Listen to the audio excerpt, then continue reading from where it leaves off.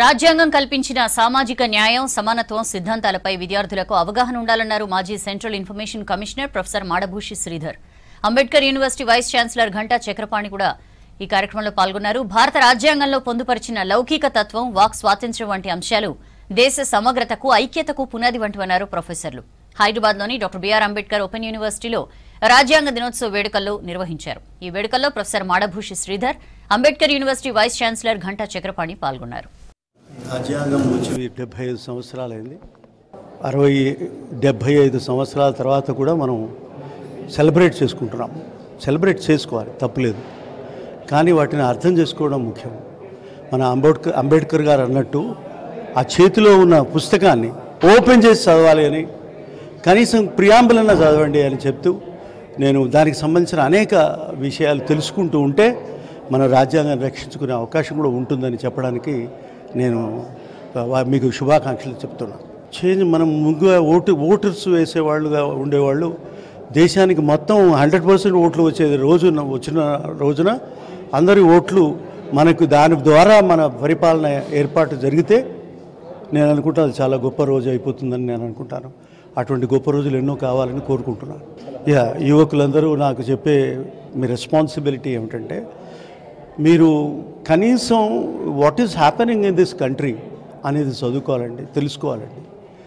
తెలుసుకుంటే మనం ఇప్పుడు రెస్పాండ్ కావడానికి, రియాక్ట్ కావడానికి, మనం క్వశ్చన్ చేయడానికి అవసరం ఉంటుందని నేను అనుకుంటున్నాను.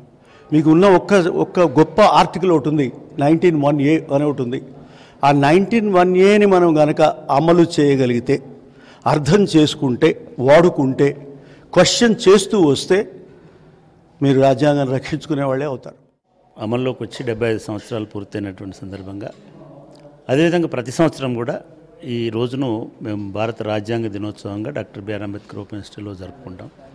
ఈరోజు రాజ్యాంగం పట్ల అవగాహన లేకపోవడం వల్ల విద్యార్థులైనా ఇలా జనరల్ పబ్లిక్లో అయినా సరే ఆ అవగాహన లేకపోవడం వల్ల అనేక సమస్యలు, సవాళ్ళు ఎదురవుతున్నాయి. అంతేకాకుండా గత కొంతకాలంగా రాజ్యాంగ విలువల పట్ల, రాజ్యాంగ నియమాల పట్ల, రాజ్యాంగం అమలులో ఉన్న లోపాల పట్ల వల్ల అనేక రకాలైనటువంటి సవాళ్ళు దేశం కూడా ఎదుర్కొంటుంది. ఈ నేపథ్యంలో రాజ్యాంగం మీద అవగాహన కల్పించుకోవడం అనేటువంటిది ప్రధానం.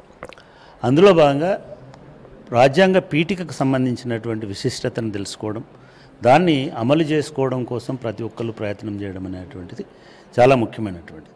అందుకే ఇవాళ దేశంలో వేరే ఉద్యమాలు ఏవి నిలబడతలేవు. కేవలం సేవ్ కాన్స్టిట్యూషన్ అనేటువంటి నినాదం అనేటువంటిది బలం అందుకుంటున్నది. ఎందుకనంటే కాన్స్టిట్యూషన్ని, రాజ్యాంగాన్ని కాపాడితేనే మనం మనల్ని కాపాడుకోగలుగుతాం. రాజ్యాంగంలోనే మన రక్షణ ఉంటుంది అనేటువంటి భావనతోటి మేము ఈ కార్యక్రమాన్ని ఇవాళ నిర్వహించడం జరిగింది.